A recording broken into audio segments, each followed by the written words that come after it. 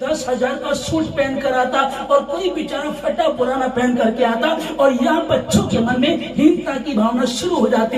लेकिन ये नहीं हुआ। पर यहाँ तो हीनता की भावना नहीं आई कि ड्रेस कोड एक ही है सबका, एक ही, सबको एक ही रेट का मिलेगा, वही कलर पहनना आपको, वही जूता पहनना आपको। उसके बाद भी यहाँ चंद लोग ऐसे हैं, यहाँ ऐसे हैं जिन्होंने भेदभाव किया, जिन्होंने जाति में भेदभाव किया, जाति का फर्क किया। लेकिन फिर भी मैं क्या कहना चाह रहा हूं आप लोगों को, ये आप जानते, इसको बताने की जरूरत नहीं है, जानते हैं लोग, पर मैं आपको फर्क बता रहा हूं। यीशु मसीह ने कि साम्र स्त्री से बातें करने लगा और साम्र स्त्री से बातें करते करते लंबी बात हो गई और वो उससे बात करते करते उसका उद्धार हो गया। लिखा है कि वो पानी भरने आई थी और अपना मटका वहीं छोड़ करके दौड़ी चली गई।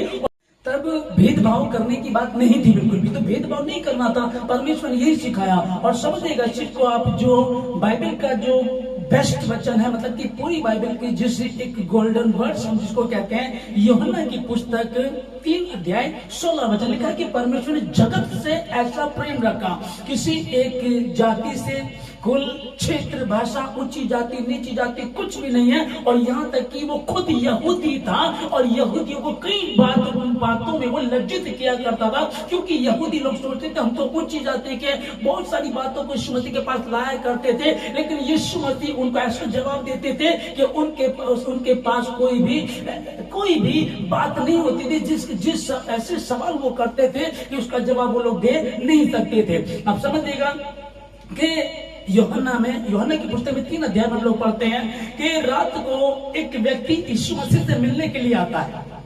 निकोदेमस नाम का एक व्यक्ति यीशु मसीह से मिलने आता है और ये यहूदियों का सरदार है, मतलब कि बहुत पढ़ा लिखा है, समझदार है, व्यवस्था को जानता है, इसको टीचर कह सकते हैं, अच्छा टीचर था ये। अब यीशु मसीह से मिलने आता आधी रात को और यीशु मसीह से आकर के बातें करना शुरू करता है। प्रभु प्रभु मैं जानता हूँ तू परमेश्वर की ओर से है, यदि परमेश्वर ही किसी के साथ ना हो तो जो कार्य तू कर रहा है वो कर नहीं सकता। अब ये आकर किसने कैसे करना शुरू किया, चापलूसी करनी शुरू की इसने, ऐसा था, यूं था, इस तरह की बातें करना शुरू कर दी। और यीशु मसीह ने इसकी उन बातों पर ध्यान नहीं दिया कि ये मक्खन पॉलिश कर रहा है, उस पर ध्यान नहीं दिया। सीधे से कहा जब तक कोई नए सिरे से जन्म ना ले तब तक परमेश्वर के राज्य में प्रवेश कर नहीं सकता। अब वो कहने लगा और यदि कोई बूढ़ा हो जाए तो क्या वो अपनी माँ के पेट में जाएगा। अब देखिए क्या था, ये टीचर था, सरदार है, यहूदियों का सरदार है, समझदार है, पढ़ा लिखा है, व्यवस्था को जानता है। लेकिन जब प्रभु यीशु मसीह से बात कर रहा है तो प्रभु यीशु मसीह को सिखाने की कोशिश कर रहा है और परमेश्वर ने उन बातों पर ध्यान नहीं दिया। लेकिन सीधे किस बात पर आया, जब तक तो कोई नए सिरे से जन्म ना ले। अब उसका मुंह बंद कर दिया। एक व्यभिचारिणी स्त्री को यीशु मसीह के पास लाए, कहने लगे प्रभु हमने व्यवस्था में पढ़ा है, व्यवस्था में, मूसा की व्यवस्था में लिखा है कि अगर कोई स्त्री इस तरह से पकड़ी जाए तो उसको पत्थरों से मार करके खत्म कर दिया जाए।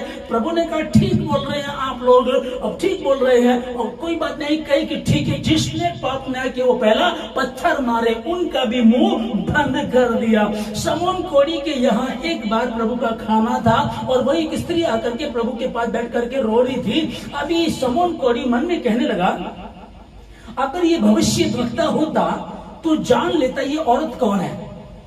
तब यीशु मसीह ने कहा, उसको समझाने लगे प्रभु यीशु मसीह, जबकि यही वाली बात नहीं आती, लेकिन मुझे परमेश्वर ने बात डाली कि प्रभु से कहा होगा कि पहले अपने गिरेबान में झांक, पहले अपनी गिरेबान में जा। कोई भी मां के पेट से सीख करके नहीं आता और कोई भी नहीं चाहता कि वो व्यभिचार करे और कोई भी नहीं चाहता वो चोरी करे, कोई नहीं चाहता वो छोटी जाति में पैदा हो। ये अपने हाथ में नहीं है, ये परमेश्वर की ओर से। ये भेदभाव तुम लोग करते हो। तेरे घर में मैं आया, तू मुझे मेरे बारे में सोच रहा है कि यदि ये प्रभु होता, यदि भविष्यद्वक्ता हो तो जान लेता ये औरत कौन है। तब प्रभु ने उससे कहा कि तू भी कौड़ी था, औकात तेरी क्या थी, तो यहूदी था, फरीसी था, तो बहुत बड़ा काउंसलर था, तो बहुत अमीर आदमी था, है ना। तेरी धन संपत्ति जैसा, तेरी पत्नी, तेरे बच्चे, तेरे माँ बाप, रिश्तेदार सबों ने तुझे छोड़ दिया था क्योंकि तुझे कोढ़ हो गया था। और आज तू कह रहा है कि यदि ये भविष्य वक्ता होता, उसका भी मुंह बंद कर दिया। तीसरी, अब जो चौथी बात उसने कहा, और तो कुछ लोग यीशु मसीह से सवाल करते थे फंसाने के लिए, कुछ सोचते इसको फंसाया जाए, आकर कह रहे प्रभु प्रभु हमको राजा को कर देना चाहिए कि नहीं देना चाहिए। प्रभु ने कहा तुम्हारे पास सिक्का है? हाँ जी, मुझे दिखाओ। और फिर इस पे आकृति किसकी है? कहने लगे राजा की। तो ठीक है, जो राजा का वो राजा को दो, जो प्रभु का वो प्रभु को दो।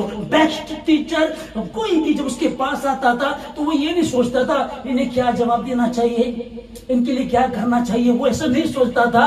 और सबसे बड़ी बात जो जिस वचन से हमने शुरुआत की है कि उसने अपने ऊपर के कपड़े उतारे, अंगोछा लिया, बर्तन में पानी लेकर के चेलों के पैर धोने लगा। ऐसा किया उसने। और उसने, ये कब हुआ? इसका होने का कारण क्या था? क्यों ऐसा हुआ? इसका कारण क्या था? क्योंकि उसने जगत से ऐसा प्रेम किया है। उसने किसी बकरे की बलि नहीं दी, किसी मेंढे की बकरी नहीं दी, बलि नहीं दी उसने किसी भी अपने चेले की बलि नहीं दी, पर उसने स्वयं की बलि दिया। और इसीलिए इतिहास रच दिया, इसीलिए दुनिया में उसे माना जाता, पढ़ा जाता, बेस्ट टीचर जिसको कहा जाता वो यीशु मसीह। उसने इतिहास को रच दिया। लोग हिल करके रह गए कि ऐसा गुरु आया है।